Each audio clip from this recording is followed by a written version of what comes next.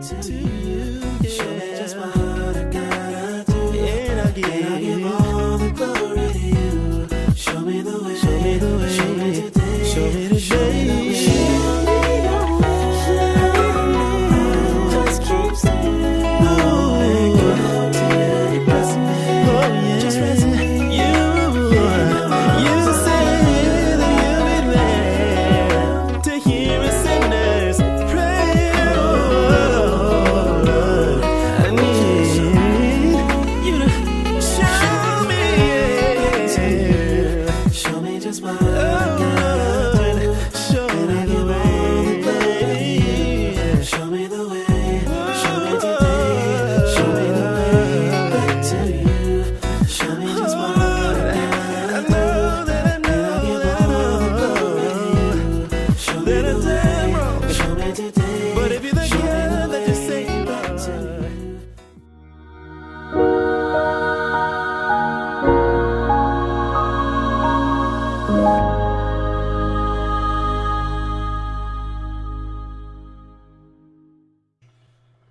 Yo, yo. I want to do that every time. I don't know what that was. That was the butterfly that we just heard. Oh, is that what? Wow. Wow. It's deep. I don't think it was the butterfly, actually. I missed I'm not the sure note, what, but I'm it not was- sure it what was you were the just doing. It was the general idea of the tune, of the jingle. You should have got that immediately. We had just heard it. Really? We'll ask our guest in a minute if that was anywhere near a tune of any kind. Like, what's that? And I used to be a Aeolian too, so I know my notes are right. You used to be no alien, please. I know my notes were right. Welcome everybody. Welcome. You know to the some people show. on aliens. You didn't used to be no Welcome alien. to Culture K, where we talk to pastors' kids about their life experiences, growing up as pastors' children, in an effort to get into their business, Yeah, let's and also get bridge personal. gaps in church communities. That's the bigger thing. Is trying to bridge gaps, and our guests. And let's Yeah. skip the banter. Let's just bring them on because Let's do it. we don't have a lot of time, and we always have a lot to say. So we're gonna start with our guest is MyRon Edmonds again, and we're gonna start with, we didn't tell him we're gonna do this. We're gonna start with a really short clip from the last time he was on our show, and just kind of ask him to start there with our conversation. So let's do that. Marriages, just because they last a long time doesn't mean they're healthy. And I think a lot of the time we assume that when people have been married for 20, 30, 40 years, we're like, oh man, how do you do it? What's your advice? But like it's not actually not working for them. Like, and then eventually they get the courage, I think, to say, we got to stop. Like, this is it. And it'd be like, yo, y'all divorced after 40 years of marriage? Like, what? But really, for the people living in the marriage, Yeah. the number is like a chain around them. Really, we see the number as a trophy. Mm-hmm. But when you're in a marriage that doesn't feel good for that long, it's like something that's weighing you down. And it's like, finally, it's like a release. And it's interesting how the church talks about divorce too, because you're not supposed to do it. And it's like, but really though? Like, Yeah. I don't know. I just question all of that stuff. Welcome. Yeesh. Hey, let's get into it, Myron. Yeah. Let's get into it. So let me Coming in- say, coming in welcome back hot. to the show. Coming in hot. My Lord. I don't I'm gonna be even remember that. I'm gonna be distracted until I ask this question. Who drew that horse behind you? That is sick. Because yes. I don't know. Probably Home Goods. Okay, I that is promise dope. it's Home Goods. That is really That dope. AI photo of a horse is dope. Anyway, so so the reason why we started with that is because in that moment, I saw that you, after I said what I said, you just kind of said, and then didn't say anything else. So I was like, and then we like moved on. So I was like, I want to start with that because I want to know like well, you just say you don't remember it, but I'm like, what were you thinking, or what is your response now? Or like, just, about what I was saying. I don't know. I can't quite remember what I was thinking there, but my facial expression was kind of like, I don't know what I was thinking, but the thing that comes to my mind right now is, that was pretty much my parents' situation. Well, I don't know if it was like exactly how you explained it, but at least being married for a long time and then getting divorced, my first thought goes to my parents' marriage. So I think, how long? I think they were married for 35 years. Let's see, they got That's married. Was it 35 years? bananas. That's a long time. It was a Yeah. long 30 years, maybe 30 years. It was definitely more than 20. They were married longer than I've been married, and I've been married almost 25 years. So, yeah, so they had a long marriage and the marriage came to an end. So, yeah, I don't know. I think I was just kind of like processing that. Yeah, it's true. That is a good point that that is the old way. Okay, so let's just I think that was the point you were making, that the old way of Seventh Day Adventism was people stayed married for a long time. They didn't get divorced because divorce was treated like, the scarlet letter, the Mm, unpardonable sin. mm. So You headed people to just didn't hell. divorce, even though, yeah, but we didn't know if they was happy. But we was, but we be Right. celebrating. They've been married 50 years. You know what I'm saying? And Miserable. 25 with I those guess 50. they weren't happy at all. Yeah. 50 years of just drudgery and painstaking slavery. Yo, but people ain't doing that no more. They're Nah. not doing that no Right. more. Mm-mm. Right. Nah, bro. Do you feel like No, that's sir. you feel like that's an improvement? Is that better for, I don't know, people, marriage, the church, anything? Is it better that people are willing to move on with something that isn't working rather than, because here's the other thing, and we've seen this too. We've seen marriages that have been terrible that have turned out good because somebody came to Jesus or somebody made a drastic change in the way they were behaving, and now it's like we've been married 30 years, but 10 of them have been good or something like that. The last 10 years have been good. The first 20 were terrible. So you got 20 years of sticking it out, and then it turns. So we've seen that too. So I'm curious, this sort of trend towards, especially in our church, sort of people being more willing to divorce. Do you feel like that's a positive or a negative thing? Or it might not be that cut and dry. Man, Might be something else. well, I was just gonna say, man, being a child of divorce, man, I will never have anything positive to say about a divorce. Mhm. Like never. Mhm. Even, and I'm not saying that like to avoid what I think you're really getting at, which is divorce necessary sometimes? I believe yes. The answer to that question is yes. Come on now. It's yes. I don't care. I mean, come on. If you're a real person, I'm saying if you're a real human being living in a real world, having a real human experience, the answer to that question is yes. A divorce is necessary sometimes.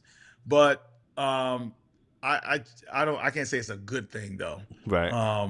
It sucks, man. It sucks right now that during the holidays, and I'm a grown. My parents got divorced. I'm grown. I'm grown when they get divorced, and to this day, even right now, like I feel the emotions of it. It sucks, man, to see families splintered, split apart, and they are never the same. And funny thing is, and it could be this way inside the church. I'm not sure. I haven't seen a lot of it, but I've seen a lot of my friends experience this. Um, but anyway, so what I was gonna say is like in the world though, like in the world, I'm talking about like outside the church.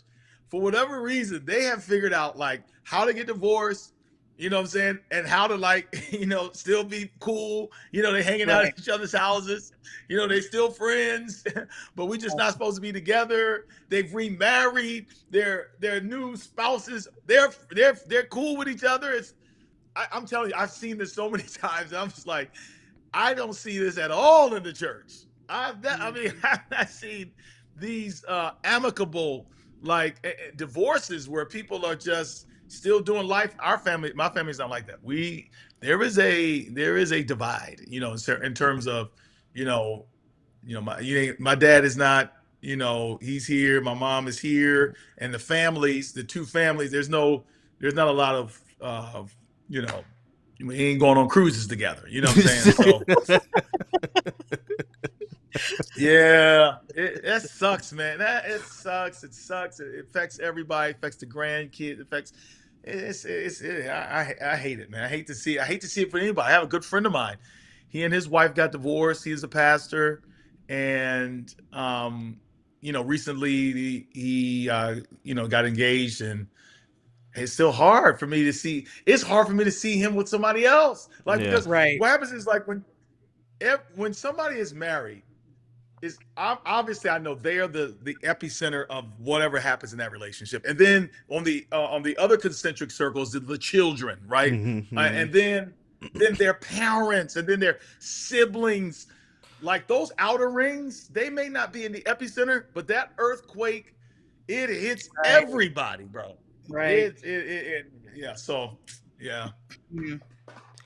We're not gonna Sucks, we're not man. gonna talk about divorce for an hour, but I do have Please, a couple please more. don't. Yeah, we're not going Please. to. We're gonna move on. We're gonna move on. We're actually gonna move on. I want to talk about some of the stuff you're doing with your You your might work. want to go back to this after we go to the last question. Go ahead. This might be the Yeah. joyous. I'm here. the joyous part. Maybe. I'm here.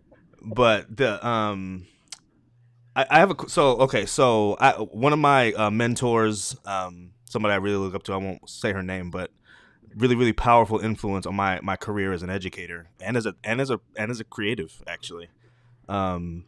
She said something, and I just disagreed completely with what she said. Mm.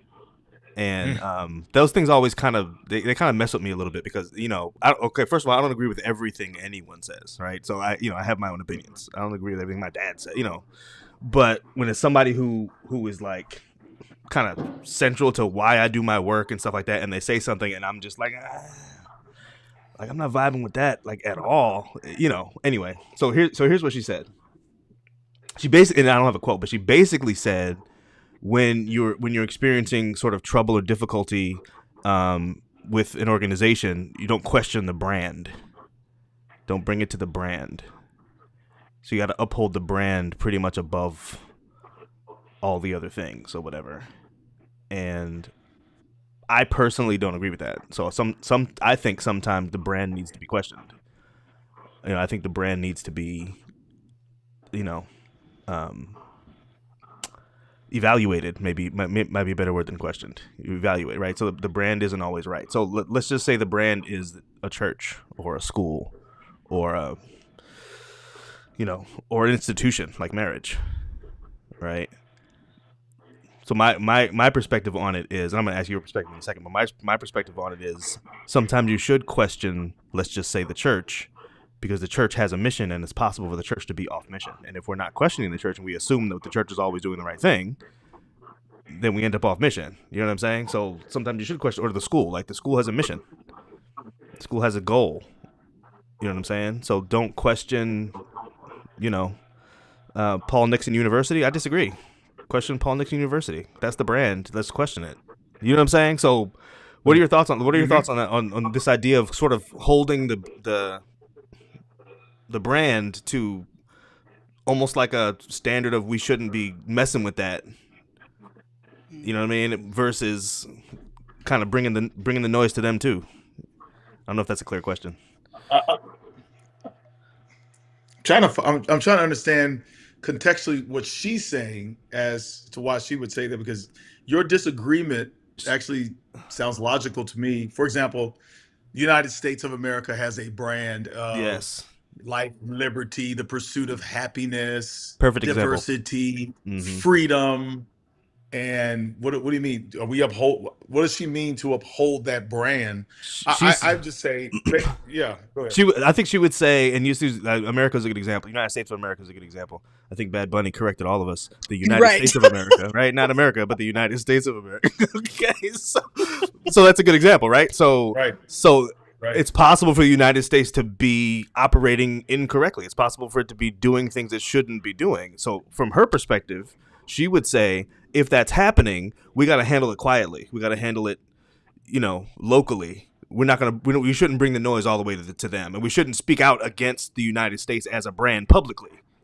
You got a problem with what somebody does, go say something quietly. Don't put it on Instagram. Don't put it on Facebook. Don't get in front of a microphone and say the United States is wrong.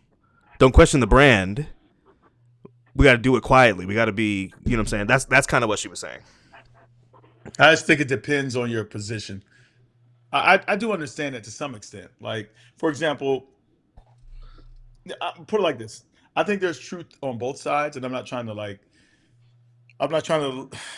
I just think it's truth on both sides. Like, there are times where you have to, use discretion Right. on how you handle the situation, because there are people involved. I mean, some of your prime example, like in the arena of divorce. Like if you have small children, like it may not be, if the brand is we were a happily married couple and we were not. Well, if you get divorced, it's obvious that you weren't. But you may not want to tell the kids like all the dirty laundry of what happened in the marriage because they may not be able to handle it. But there may come a time when they're older that they do need to know these things because inevitably these could be warning signs for them in their own marriages. Right. And honestly, that's kind of what I wanted from my parents. And I understand my parents initially struggled to divulge a lot.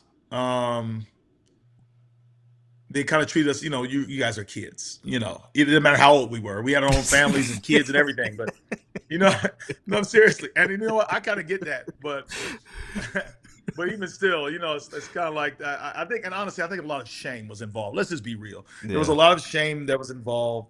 And I just don't think that they wanted to go there, Yeah. And so I get that. There's a human side to that. Right. Like people don't, nobody wants to have to, walk through that again. But the reality is it's necessary. I mean, because honestly, my parents were going through it in a way. Me and my wife were going through it. And it would have been cool if I had one of them to be able to give me some guidance. You know what I'm saying? But I think they probably felt that they couldn't, so yes, it's tough. And then it's put on top of that. I mean, this is just not a normal conversation. This is a bunch of pastors' families here. My parents' divorce was so public, bro, and because they were both public.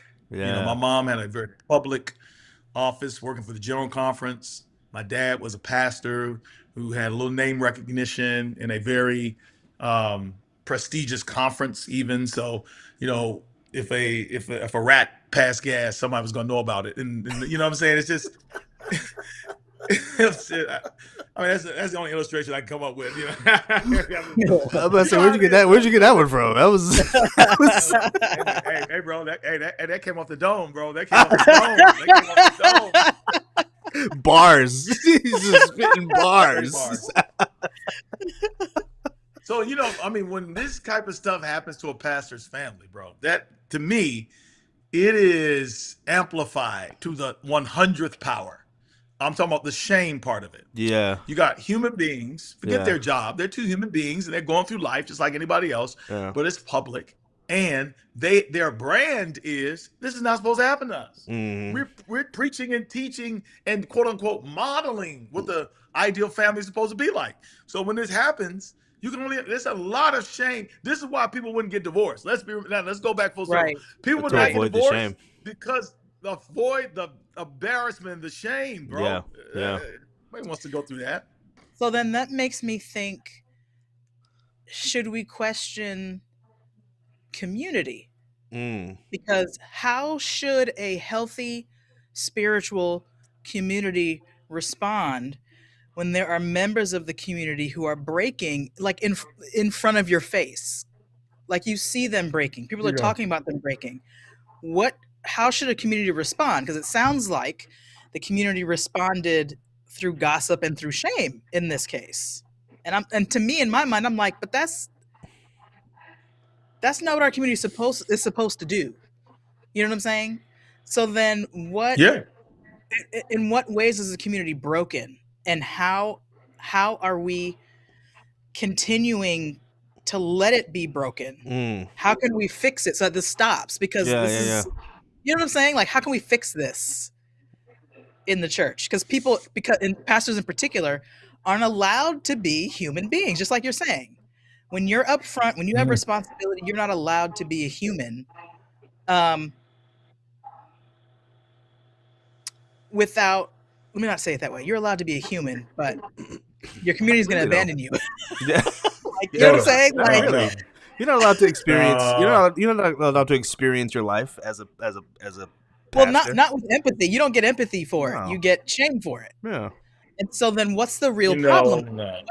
What's the underlying? What do we have wrong about love, about community? If that's the way we respond when we see brokenness, because that's not supposed to be our response if we're a true spiritual community led by Christ. You know what I'm saying? And that So doesn't mean that community doesn't correct, because of course it does. It does it lovingly, but shame is not the same as loving correction. Those aren't the same thing. I think two things can be true. One, that we can be legitimately disappointed that, I'll just use myself as an example, that Myron and Shanae, their marriage failed. You can be, I mean, if you loved us, if you looked up to us, which I mean, come on now. We're leaders. I'm a leader. I mean, Yeah. people are going to look up to you. Like, I mean, let's keep it human, right? Mm. I think it's okay for a person to be disappointed, to be Mhm. let down. Yeah. But I don't think it's okay for a person to stay there and be delusional about that these things don't happen to pastors. See, Right. there's like the disappointment, then there's just the freaking delusion. Yeah. Like, right. how could he? I Right. can't believe that he did that. I can't believe. Like, real talk. Because I remember there was some rumors circulating, which we found to be false. But I remember some rumors were circulating that Barack and Michelle was divorced. Y'all remember that? I remember that. happened Yeah. a while ago. Yeah. Yo, and I ain't gonna lie. I was hurt. I felt like some of the saints feel when they hear about a pastor. I was like, Lord, I was don't hurt. let it be. Please. I was like, not Barry, no. Oh, Lord. Yo, people were having conversations. They was like, if they did divorce, whose fault do you think it was? And people was like, oh, it'd be definitely Barack's. It was definitely Barack's. And then I was like, no. But then, I mean, it came not to be true, obviously. But I did have, in that moment, I had that feeling, I guess, that I imagine many church members have when they hear that something, happens in the realm of failure to a pastor. Yeah. Because I look up to Michelle, I look up to Yeah. Barack. Now, I don't place them in the position of God. I'm not delusional. After the Right. disappointment, I'll be like, oh, okay, this stuff happens. Mm. Honestly, Right. that's how I feel about my parents. I have extended so much grace in my mind to my parents, because I'm just like, bro, I'm married too. I get stuff happens. I'm disappointed. I wish it didn't end up that way, but I'm not unrealistic either to be like, how could he do that? There's some hypocrites. No, come on, bro. Right. I've got so many sins and mistakes in my own life. How can I look at my parents and just go in on them?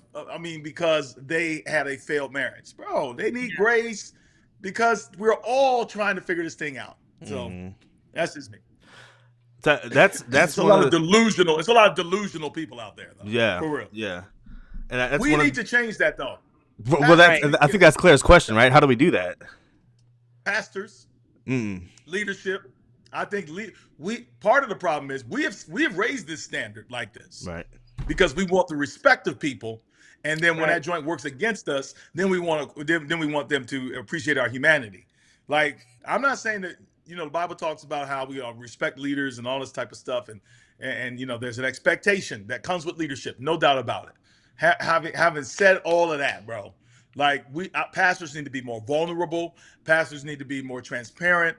I'm not saying they have to be MyRon Edmonds and do what I'm doing, but I'm saying there's a lot. Some of them are just not human at all. They just give it up, and they cast off this idea that all is well. Their families look perfect, everything looks perfect, and then we know better. You know what I'm saying? That's how the reputation about PKs, to me, has proliferated. That PKs are supposed to be good, and then we're trying everything we can not to fit that description, because we know we ain't good. Right. So what do? Right. We go to the opposite end to be accepted and to fit in. So. I think we need to preach the gospel. Preach the gospel, be real, be honest, have some humility, and stop acting like, you're God's gift to the congregation or to the conference or whatever. That's one of the things I love about the work that you're doing now. I keep reflecting on this idea in the Bible, and I'm just going to put the text on the screen real quick. Genesis 11:6. This is the Tower of Babel story, or Babel. The Lord said, if as one people speaking the same language they have begun to do this, then nothing they plan to do will be impossible for them. Here's a New Living Translation, same text. Look, he said, the people are united, and they all speak the same language. After this, nothing they set out to do will be impossible for them. The idea here is that community is so powerful that even when God doesn't bless it, you still get stuff done. Yeah. Yeah, that's true. Miraculous Community? stuff. Crazy stuff done. Crazy stuff. God had to literally physically Right. intervene to stop them from doing things That's he right. didn't want them to do because they were working together. So just Yeah. imagine how powerful community is when you are working with God. That's one of the things I love about the work you're doing. Here it is. About the work you're doing with the Winning Circle. You know what I'm saying? Just this idea of creating a community where men in particular get to be human beings. You know what I mean? And like this, I love this list, right? Success for men in spirituality and physical and mental health, sexual integrity. We don't even talk about that. Mm-hmm. Right? As fathers, as husbands, in your tribe, on your team, like let's win together. And as a matter of fact, I closed it too soon. There's something you say at the bottom here, on the bottom of this page. I shouldn't say you probably didn't build this page, but on your page, this right here, this is He's it, so adamant, Myron. This so is it right judgy. here, Myron. So judgy. Myron, this is it. As badly as you want to win in what matters, you cannot do it alone. Yes. That's it right there for me. Not It's a literal possible. quote. It's a literal quote from me. Literal quote. Okay, so you wrote that one. Good. So not possible, right?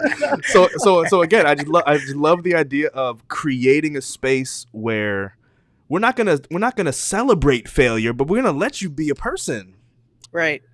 You know what I mean? And and help you through this thing called being a person. But also, when you have Yes. other people around you who really love and support you, they can foresee stuff before you even see stuff, and then they can pull you aside and help- say, yeah. hey, I see where you're going. yeah, I see where this is Mhm. headed. Maybe think about it this way, or think about Mhm. it that way, or giving advice, not trying to control someone, but just saying, hey, I kind of see the trajectory of where this might be headed. You might want to think about this a different way, or something like that. Yeah. Yo, I Like have a- this yeah. illustration that I use. It's horrible. I just want you to know it. It's terrible. But I use it over and over again.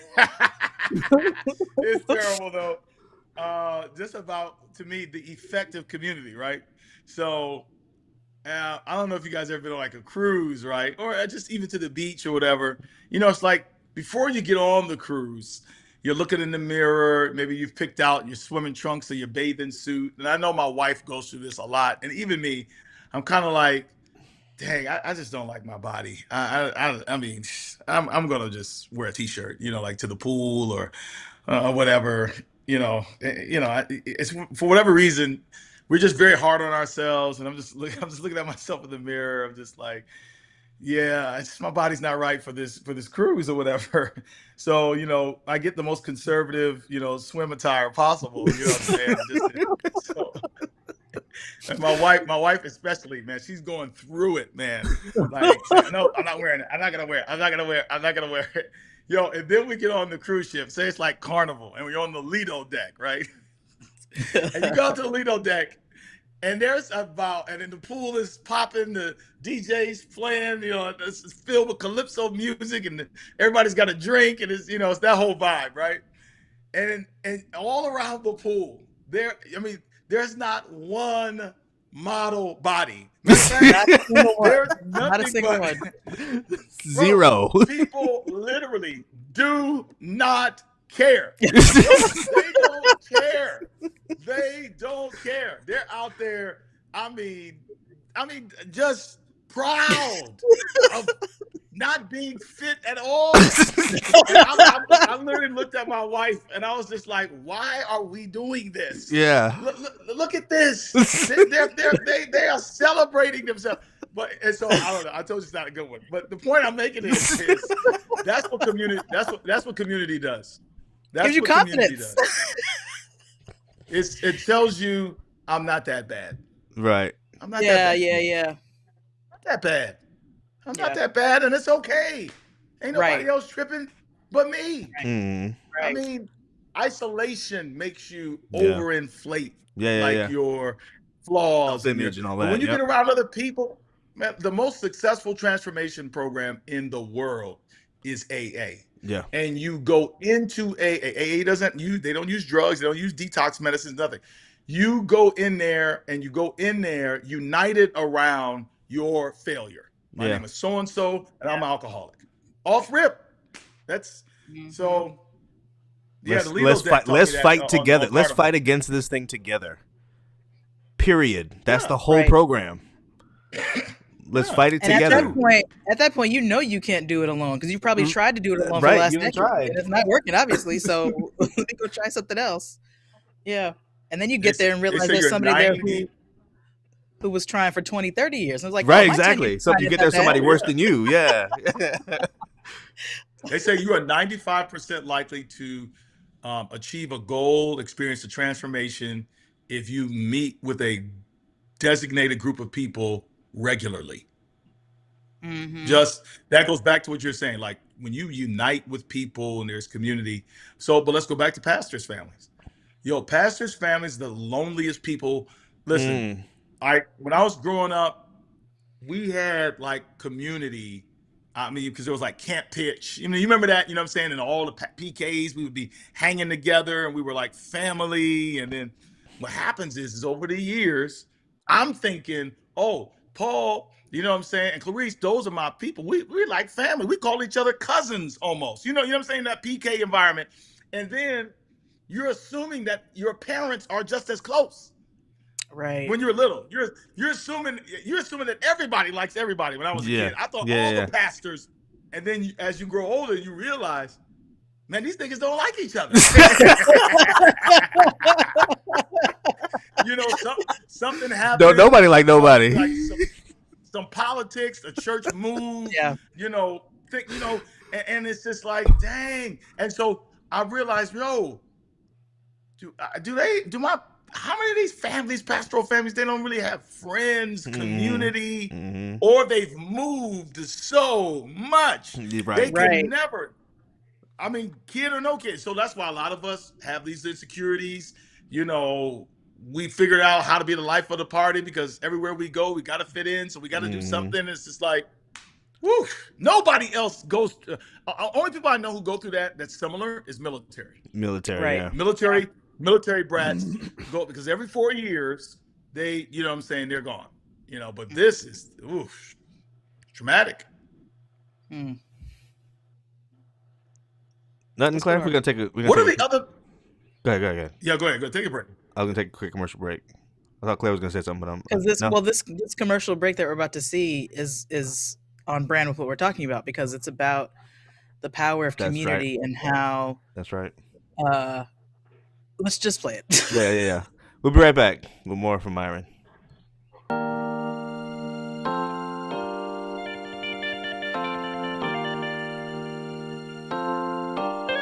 Hey Paul, I'm really excited about today. I just had a great session with my counselor. That's great. Hey, I'm glad you're finally getting the help you've needed as long as I've known you. But you've known me my whole life. Precisely. You know, you could use a little help yourself. Yeah, that's what my wife, my friends, my 6-year-old son, and all my students keep telling me. But I just don't know where to find a good counselor. And to be honest, I'm afraid I'll get bad advice. Well, you're in luck because today's episode of Club PK is brought to you by Jethro's Counseling Services, the first Old Testament-based counseling service guaranteed to actually listen to you, express empathy, and give you meaningful advice. Wow, that sounds amazing. So there's no chance that my counselor will tell me I'm overthinking my problem or that I should just stop worrying? Nope. And they won't tell you to just pray about it and it'll somehow go away, or that your feelings aren't real. What about advice to go to a fat camp for weight loss? Not gonna happen. And they won't just blame it on your mother either. Wow. How do I contact them? Let me guess. I have to think good thoughts and send out positive energy into the universe. Wrong again. But you can check out their website linked below and set up an appointment with one of their certified counselors trained in active listening and meaningful advice. Okay, what's the catch? What do you get out of it? I get to work with the person who's not crazy. That sounds like a win-win situation. And when you book your appointment, type in the code STOP LISTENING to Sociopaths who happen to have counseling degrees. That's STOPLISTENIGTOSOCIOPATHSCOUNSELINGDEGREES, and it must be typed in all caps. and you'll get a free list of counselors in your area who should actually be in prison, so you can actively avoid any interactions with them whatsoever. That's right. Just type in the code STOP LISTENING to sociopaths who happen to have counseling degrees. That's STOPLISTENING,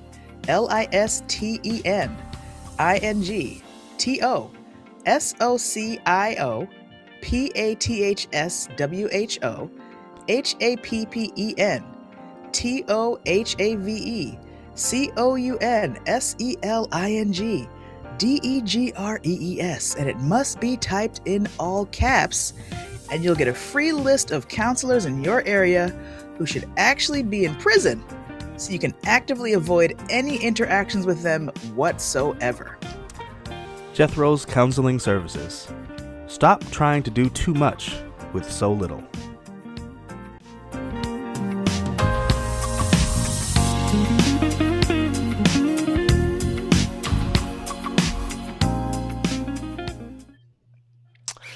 So grateful to our sponsor, Jethro's Counseling Yeah, thank you. Services. Thank you, Jethro's Counseling Services, for doing Yeah. the good work and Yeah, Jethro, helping man, us we steer appreciate steer Good clear work. of crazies. good advice from qualified people that are going to listen to you. Why is Good bad work. counseling so common? Yeah, that's, you know why? Because education's free now. I mean, you can go get a certification or whatever anywhere. I saw a thing where Okay. people are getting like certified honorary It's not degrees education. from somewhere. It's not education. It's not education. It's not. That's not what it is. It's got to be a part of it. No, I don't know. I don't think it. I've seen folks who've got like more degrees than a thermometer, and they're just not good. Have you ever seen a pastor That's my who's point. very educated, but maybe just not? It doesn't take anything to get some degrees. Yeah, There's some people who are just good they have the gift of counseling. They're good at it. Right. And there's some Right. people who wouldn't even, they don't even need a degree, and they can have you crying. You know what I'm saying? I think it's a gifting. I've been through enough counselors to know that it ain't just education. It's not training only. It's just the ability to connect with. It's like some of these doctors who are like, they went to Harvard, Yale, Johns Hopkins, but their bedside is horrible, Yeah, or terrible, yeah. whatever. And you got to get multiple, let me go get a second, third, fourth opinion. Some people are good, some people aren't. That's just Yeah. So, that commercial was By a the way, joke. I know but you guys also- watch In Living. I know you guys watched In Living Color. of course. I know you watch Saturday Night. You watch Of course. Saturday Night Live. Mhm. You watch Seinfeld. You Mhm. watch The Office. I Mhm. know you watch all of those shows. I know that for a fact. What's your point? Nothing will tell me. I'm just tell by your humor. I can tell by your humor. But that commercial, I'm like, I can tell. Absolutely. They grew up And we watching still Saturday watch Night them to Live this with Dana day. Carvey. There's Right. there's actually a joke on Seinfeld relative to what we were talking about earlier. I can't remember. It was later, one of the later seasons, like season 7 or 8 or something, and they were talking about George's parents, and then somebody said something like, "Your parents did something right." Obviously they've been married for. As a matter of fact, I think it was their 40th anniversary or something, and they were like, "Oh, they must have done something right." And he was like, "Yeah, if you call not getting divorced doing something right, like all they did was not get divorced. Like he's like, this is not a good marriage. Like, what are you talking That's it. That's it. All you did was not get divorced. You didn't do anything. It was just Curb Your Enthusiasm. I know you watch Curb Your Enthusiasm. Curb One is of such Oh, yeah. Curb is such a great show. Curb is one of my favorite shows. You see. But see, and you've obviously seen all of those shows ad nauseum as well to be able to Right. spot. And I've even trained my children. My daughter is obsessed with The Office. She has watched all of the episodes over and over and over again. Yes. Have you seen the British one, the original? No, I have not. I haven't seen it. It's really it's pretty good. I mean, it's very good, but it's the humor is so different. Yeah, it's got to be. Yeah. It's very very That's different what humor, people were saying. but it's I think it's good. Anyway, So you brought up your daughter, which is great because I want to talk about her and. here's where Oh, you she might say mind your business. Yeah. Oh, so, talking about well, when she found yeah. that So porn on my phone. so here's the for people who are not familiar with the story. Myron's been very vocal about his past porn addiction and how his daughter finding porn on his phone is what started your path to breaking away from that. Is that correct? Yeah, this phone right here. No, I'm just kidding. So, Like, hey. I still have I kept it. I kept the phone. right. So my It was like question 11 is years this. ago, but I still have the phone. My question is this: did her discovery break anything irrevocably in your relationship? No, I don't. Not at all. Okay. Actually. How did that? Yeah. How? No. Say it again. How? Why not? Like how? Like, why not? Yeah. Why not? You know, first of all, I'll say first reason is I think kids are incredibly gracious and merciful just by their nature. The other thing I would say is the only thing my daughter was concerned about was, are we getting divorced? Literally, that's what she asked. So this is the in-depth, detailed story exclusively that's going to be told on your platform. All right. Nice. Club I don't think PK. I've ever gotten to this.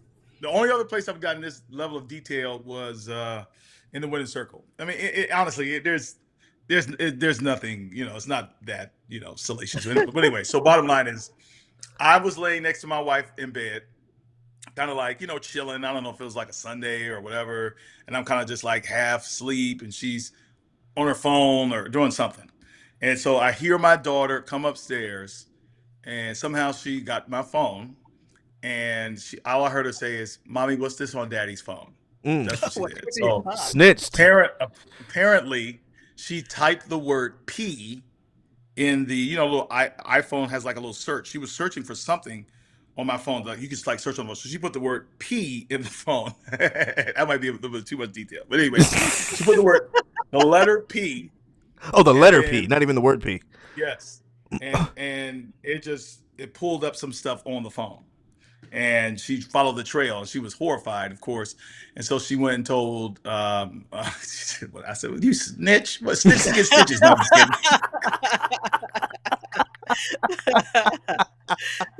kidding. Okay, I'm just kidding. But anyway, she gave the phone to my wife. And I'm laying there and I hear it. And so I'm like, sleep, but not sleep. And at that point, I was like, I'm about to go into a freaking coma, bro. I'll never get up. I'm never getting up again. Self-induced. And all I heard my wife say was, she was like, "What is this on Daddy's phone?" And my wife was just like, in the most calm, like she had asked she had asked today, where did Dad put the bread or something like that. She was just like, ask your father. That's it. That's literally what she said. I was like, oh, I am screwed. And so she woke me up and she was like, Daddy, what is this on your phone, bro? I mean, I just broke down crying. Honestly, I was just like, dang. I was like, Daddy has a problem. She was like, and the only thing she was concerned about, she started crying. She was like, are you and Mommy getting divorced? Bro. Woo! I was like, no, we're not getting divorced. So as a result of that, I had to have some conversations, which I think I'm glad. I mean, everything happens for a reason. Obviously, I'm not rejoicing that I got caught or that I was, a porn user, but my kids early on have been exposed to some of this stuff just because back in those days they had tablets and stuff, YouTube. Man, we ain't have YouTube Kids. There was no protections. Right. And there's predatory stuff out there. Yeah. I mean, I got to not only be honest about where I was, but I also got a chance to talk to them and warn them about the dangers of all this and that it can produce exactly the behavior that you see out of your father.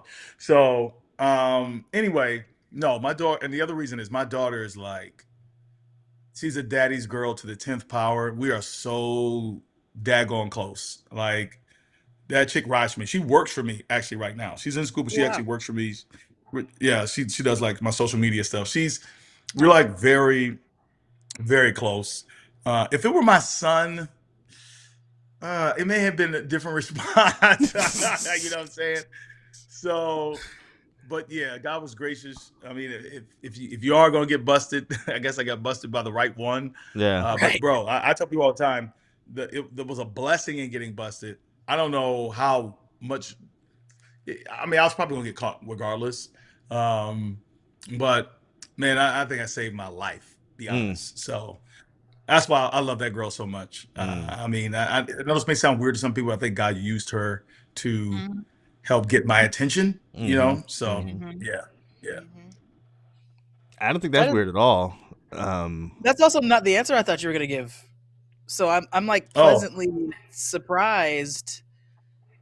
Because if that had been me, yeah, that wouldn't. I would not have well, what you responded. think? What you think my answer? What you think my answer was gonna be? I thought you were gonna say that. Well, I was hoping. Hoping's not the right word.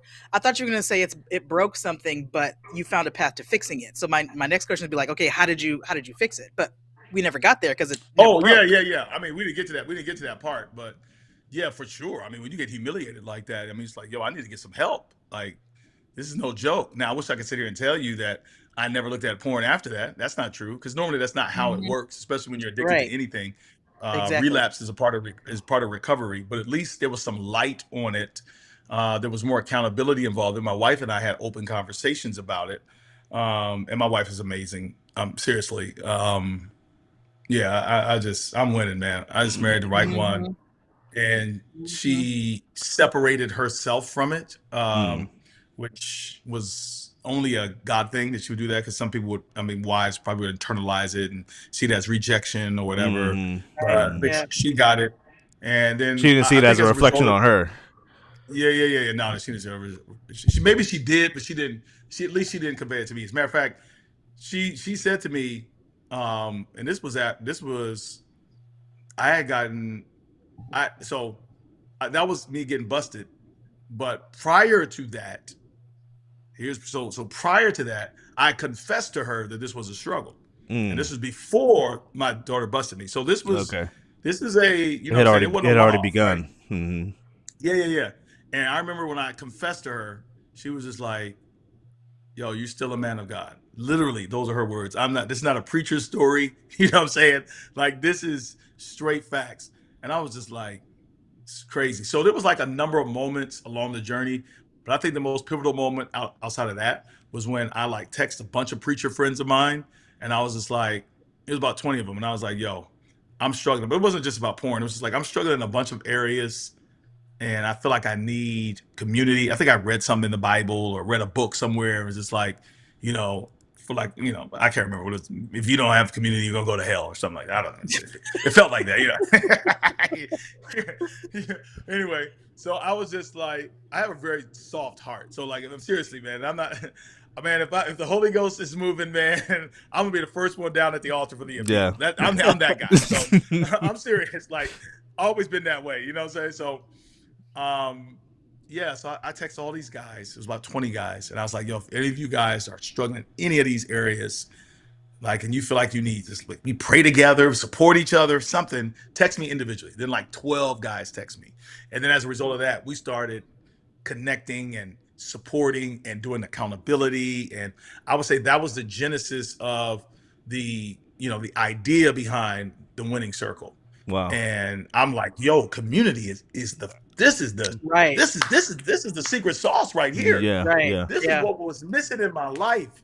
Ah, it's not like your wife. I don't think people's wives and spouses should be their accountability partners. I think we should not put that burden on them. I'm not saying we should lie to them or not be dishonest with them, but in a way they do provide accountability. But I think, especially from a gender perspective, and I'm just speaking from men's, I've found that man to man accountability is very effective and helping guys because there's so much shame a lot of times with guys and their spouses.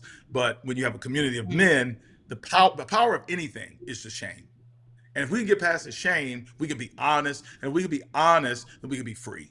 And Yeah. so, Right. yeah, man, that's my story, and I'm sticking to it. I think there's and Claire, maybe you can speak to the female side of this, but I think for men, um, there's always a kind of a barrier with women because we want to project ourselves a certain way, right? And you don't want to look like no punk in front of a woman, even if it's not your wife. You don't want to look like no punk in front of women and all that kind of stuff. But if it's your boys, like they've seen you get beat up already. You know what I'm saying? They've been there already, and they're still rolling with you. So I think there's something about, like you're saying, Myron, something about men speaking to men about some of these vulnerable issues, because really we don't owe them anything.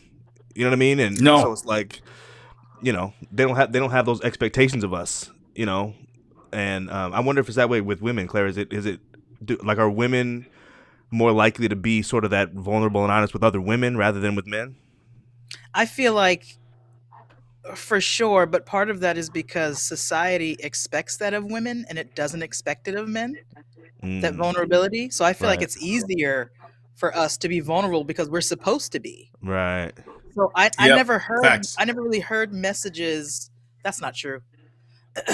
But there's a lot more encouragement for women to be emotional and vulnerable than for men to be that way. Yeah. But I also think that and I think men can be emotionally supportive, but I haven't found anything stronger than the emotional support of a woman. She just gets how I feel. I don't have to explain anything, really. She just understands it. And for me, that's the kind of support I need. I don't really need logic or a Right. solution. I just Right. need someone to say, I understand how you feel. Man, I was just feeling like that. Like, that's what I need. And I feel like a lot of women do that naturally. We don't have to teach that to each other. Whereas sometimes it feels like we have to teach that to our partners, to our male partners. So it feels like less work. Less work, yeah. Yeah. So Wow. yeah, I think that makes sense. I think same gender support is really important. But also I think other gender support is really important too. Because I also want that other perspective. For sure. Yeah. Yeah, I do have this theory though. I say I do a presentation when I go to churches, and I basically say, like, I feel like it is almost utterly necessary for men to have, you know, same gender. Same gender doesn't sound right for some people for whatever reason. But you know what I'm saying? Like, they need men. They need to be in environments where there are no women.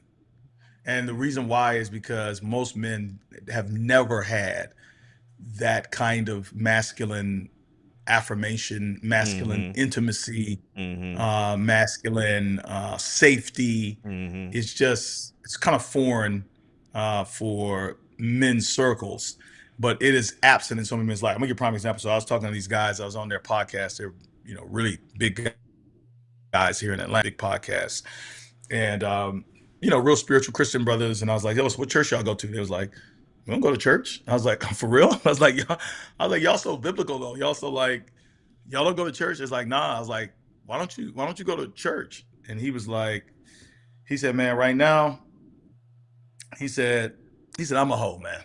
Yeah. He said, I'm a hoe. He said, I ain't trying to be around all those women. It's too many women at church. Okay. Wow. Yeah. I was like, okay. He was like, I'm just being real with you. He was like, no, I'm not hating on the church. He said, where I am right now, he's like, I go to a men's Bible study every Sunday morning. He said, that's what I need. He said, I need to be discipled by some men. He said, I did not have a father, did not have any positive male role models. This is what I need right now. And I was like, that makes perfect sense to me. Totally get that. I think there are stages in people's lives where they need, you know, like, very targeted, specific, you know, like, he may be right. He's at least he's honest. Yeah. And at least he's somewhere where he's getting the support that he feels that he needs. Now, I mean, he can't stay there, you know what I'm saying? But that's a reality. Yeah. Wow. So I'm looking at the clock. We got about 10 minutes left for you gotta jump off. I wanna do rapid fire. One thing here. Well, I got two things quickly. You should do the trivia. It's not going to be no quick. Yeah. Let's do trivia first. I'm saying you should do 7, 8, and out. No. Okay. This is going to take on 10 minutes. And we don't need him for the commercial. He can leave if we can play the commercial. Okay. Yeah. Well, I got a couple Myronisms. All right. I got two Myronisms. So you preached at my brother's church one time. This might have been like 10 years ago or something, and he was pastoring in Decatur, Georgia at the time. And you weren't feeling well.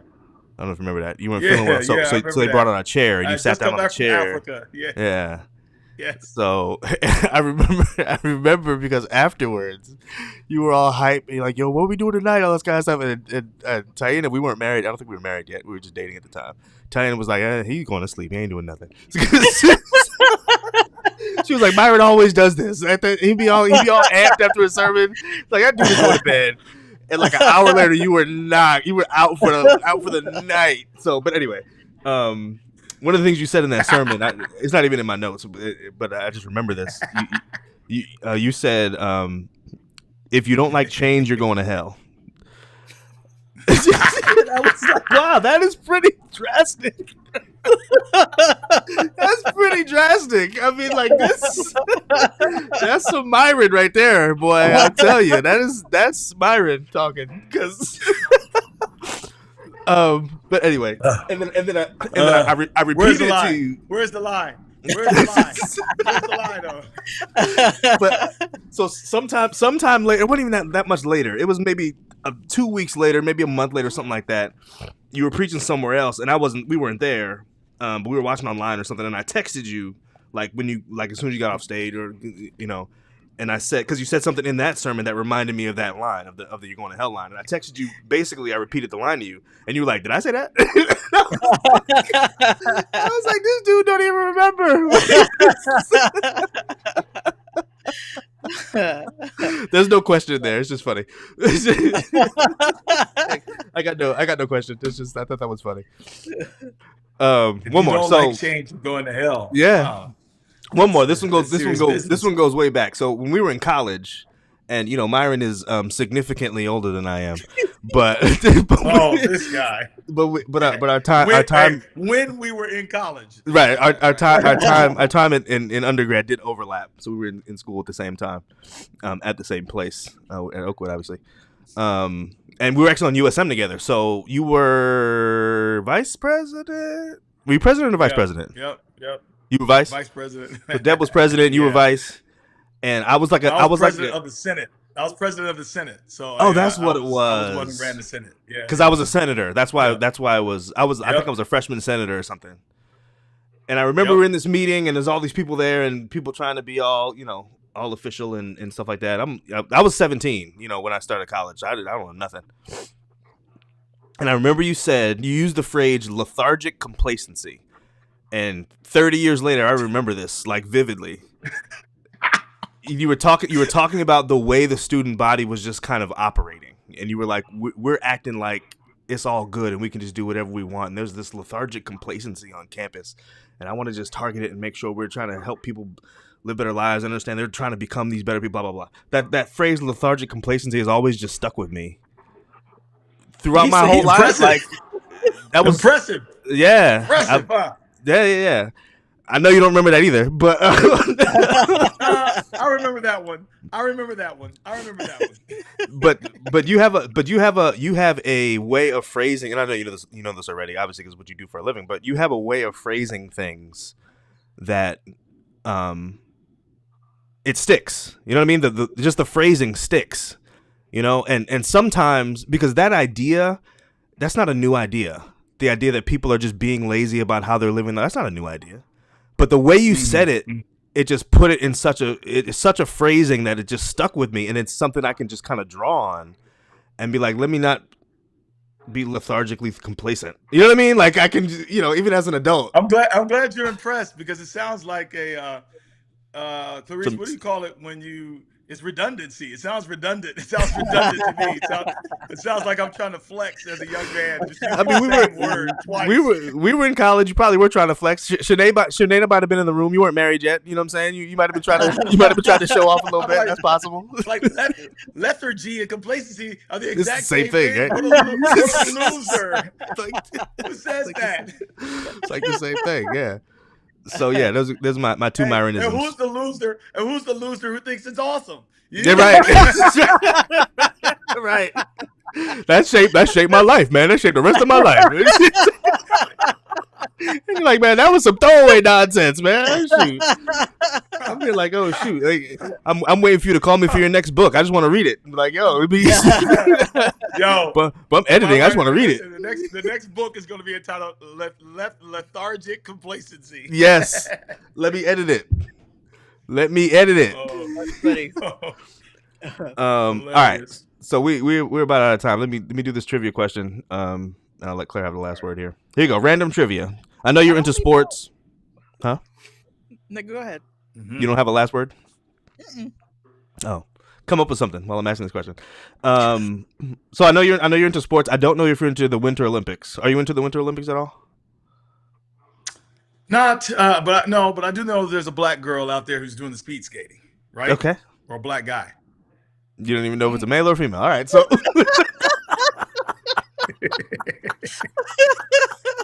tell me you don't care without telling me you don't care. Lindsey Vonn was Lindsey- hella vaxxed. She was hella vaxxed. And everybody is up in arms about it. That was ugly. Yeah. That was I just saw the headline and I was like, she was skiing on a torn ACL. What? Why were you? It's the Olympics. Why did You you gotta have do what skis you gotta on? It's her last Olympics. That's it. You got to go. It was her last Olympics 4 years ago. Anyway, that's neither here nor there. Is she still? Is she married to Tiger Woods? No. Mm-mm. Were they dating? Wasn't she dating? Were they? Tiger Woods? Maybe. I think they had some kind of connection in the past, I think, but I don't think they're married right now. They're not married, no. But I don't know. Oh, okay. All right. Anyway, sorry about that. Was that a leg problem joke? They got similar problems because the legs are jacked up. No, I was think just. they were actually dating. That's a Oh, okay. something. No, yeah. Tiger's problem is his back anyway. He's had like 11 back surgeries. Anyway, here's the question. What was the first Winter Olympics event to allow women to compete? The first Winter Olympics event to allow women to compete.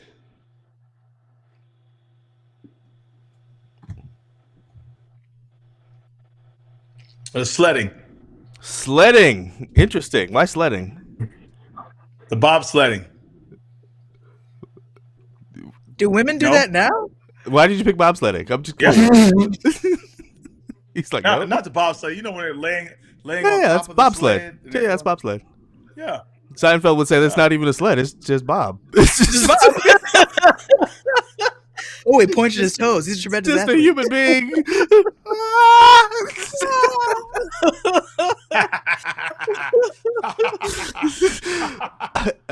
So it's incorrect. The correct answer is figure skating. Figure skating.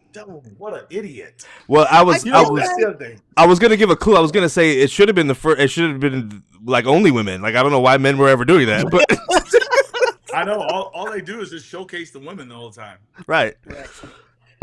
So yeah, that's the one. Wow, I that feel was like the Winter obvious. Olympics are for them and the Summer Olympics are for us. I don't know many of us that watch the Winter Olympics.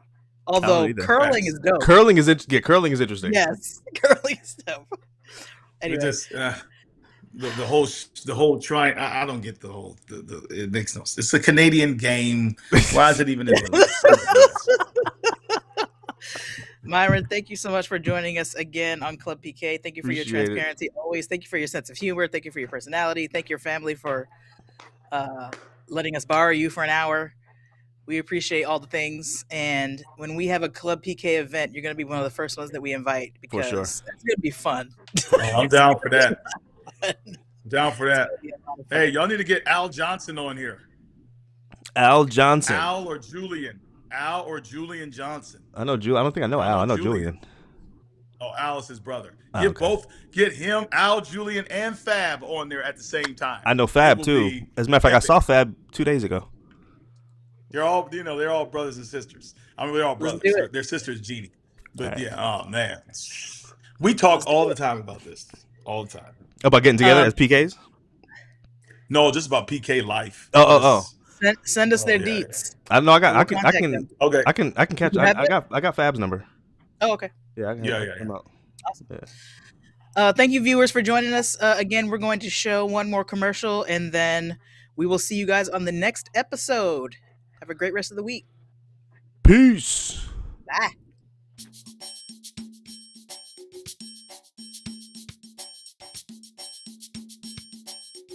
Hi, my name is Caitlin Shields. I'm a freshman here at Oakwood. I'm currently taking Freshman Comp 101.